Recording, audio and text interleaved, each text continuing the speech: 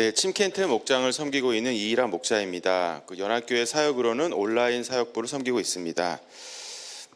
사실 이번 캄보디아 단기 동역 선교팀에 지원할 때 저의 건강 상태로는 갈 수 없는 선교 여정이었습니다. 2월부터 시작된 발작성 회전 어지럼증을 한번 시작되면 10시간 이상 계속되었고, 이로 인해 눈을 뜨지 못하고 누워만 있어야 하니 일상이 불가능한 상태였습니다. 2, 3일 간격으로 반복되는 극심한 어지럼증은 언제 어디서 올지 몰라 외출할 수도 없었습니다. 하지만 교회 공동체의 중보기도를 통해 하나님께서 회복시켜 주셨습니다. 누워 있어야 하는 시간이 줄어들고 눈을 뜨면 1초에 5번씩 급회전하는 어지럼증이 현기증으로 바뀌어가는 즈음에 선교팀 모집을 보고 헌신하게 되었습니다. 하지만 나아질지 심해질지 알 수 없었고, 캄보디아까지 경유지를 거쳐가는 이동 시간만 14시간 이상 걸리는 비행 일정을 감당할 수 있을지 알 수 없었습니다. 작은 순종으로 주님께 나아갔던 그 순간부터 지금까지 작은 현기증도 없이 지켜주신 하나님의 은혜에 감사드립니다. 이렇게 동역선교 일정을 무사히 마칠 수 있도록 기도해 주시고 후원해 주신 성도님 여러분께도 감사드립니다. 아픈 시간을 통해 주님은 예배를 통해서, 묵상을 통해서, 가족을 통해서 여러 가지 음성을 들려주셨습니다. 그 중에 제가 깨달은 몇 가지가 있습니다.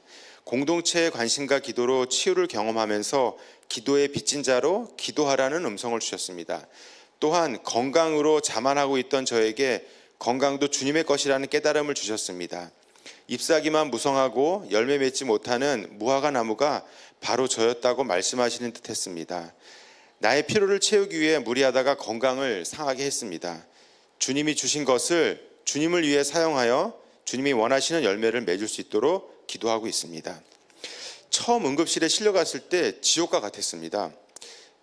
육체적 어려움으로 인한 지옥이 아니었습니다. 저를 응급실로 데리고 가서 저를 보살피고 있는 아내와 아들들의 힘든 마음과 피곤한 상태를 살필 수 없었습니다.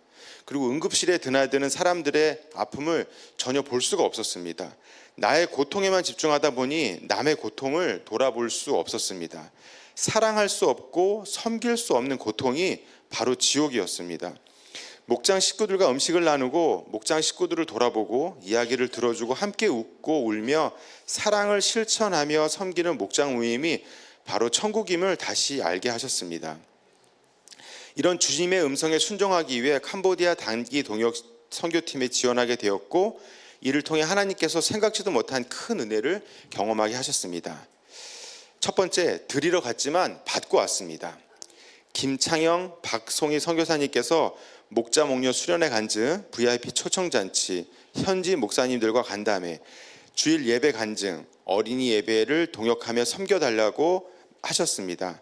저희 선교팀이 선교사님과 소통하고 계속적으로 모이면서 동역에 필요한 것들을 준비하고 가서 도와드리고 와야 되겠다 생각했습니다. 하지만 현재 일정을 소화하고 우리 선교팀이 준비한 것을 드리면서 더 많은 것을 받게 되었습니다.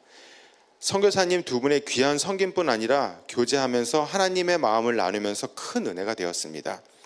현지 목사님들과 목자 목녀님들의 따뜻한 환영과 큰 사랑을 베풀어 주셔서 저희 선교팀에 큰 감동과 은혜가 되어 더 많은 것을 받고 왔습니다. 둘째, 순수한 리더는 순종하는 제자를 만듭니다. 선교사님은 굉장히 계획적인 분이셨습니다. 동역 선교를 위해 꼼꼼한 일정표를 짜시고 저희 팀원들이 해야 할 사역을 나누고 직접 전화하셔서 점검하셨습니다. 이렇게까지 하시나 하는 생각이 들었습니다. 그러나 직접 만나뵙고 뵈니 참 귀하신 분이셨습니다. 하나님을 향한 순수한 열정이 있었고 영혼을 향한 순수한 사랑이 있었습니다. 푸놈펜 땅에서 많은 사역을 감당하시고 열매도 많이 있지만 전혀 자랑하지 않으시고 주님의 사랑을 묵묵히 실천하는 분이셨습니다. 20년 넘게 동일한 순수함을 가지고 현지 목사님과 목자 목녀 그리고 성도들을 돌아보시니 그들은 선교사님을 진정한 리더로, 그리고 때로는 따뜻한 부모님으로 섬기는 모습을 보게 되었습니다. 성도님들의 이러한 마음은 순종으로 나타나 하나님 나라를 위해 정말 열정적으로 기도하고 섬기고 계셨습니다. 가정교회의 핵심 중에 하나는 서로 섬기는 가족이라는 생각을 다시 한번 하게 되었습니다.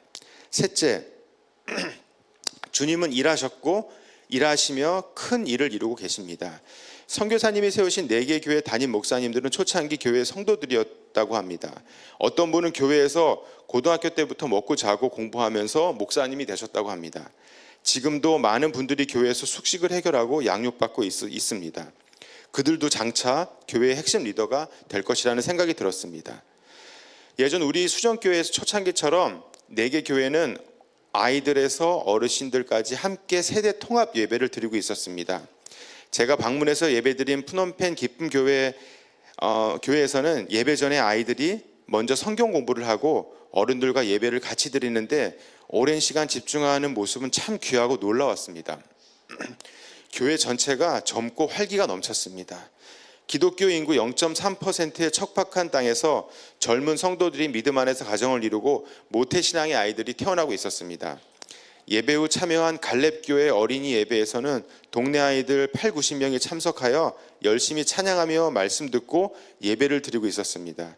이 아이들을 기쁨으로 섬기며 함께 즐겁게 예배를 섬기는 대학생 선생님들의 헌신이 참으로 귀하고 놀라웠습니다.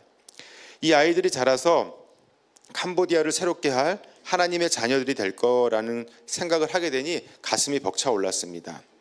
선교사님 2분께서는 프놈펜 땅에서 오랜 기간 기도하시면서 한 사람 한 사람 주님의 사랑을 전하셨을 것입니다. 주님께서는 2분 선교사님을 통해 일하셨고 현지 목사님들과 목자 목녀님을 통해 일하고 계시고 또한 다음 세대 아이들을 깨워서 캄보디아 땅을 복음으로 변화시킬 것을 기대하게 하셨습니다. 하나님께서 하실 일들에 동참하기 전까지 수많은 마음의 갈등과 영적 전쟁이 있었습니다. 마음이 요동쳐서 선교에 대한 마음을 뺏어가기도 하고 주변 상황을 어렵게 만들어서 선교지를 갈 수 있을까 하는 생각도 되었습니다. 하지만 일단 순종하니 하나님께서는 이와 같이 풍성한 은혜를 부어주셨습니다. 저는 선교가 처음이었습니다. 그리고 처음 경험하는 행복이었습니다. 가져서 행복이 아니라 시간과 마음을 들여서 행복했습니다. 캄보디아에서도 가정교회 정신과 문화를 공감할 수 있어서 행복했고 다음 세대를 기대할 수 있어서 참 행복했습니다. 또한 함께한 선교팀이 한마음이 되어 서로 즐거운 마음으로 서로 섬길 수 있어서 너무 행복했습니다. 이제 받은 은혜를 저의 삶과 목장에 적용하며 살아가려고 합니다. 받으려고 하기보다 더 드리는 삶으로 순수한 마음으로 주님께서 하실 일들을 기대하며 가정과 목장 그리고 교회 공동체를 섬길 수 있기를 소망합니다. 감사합니다.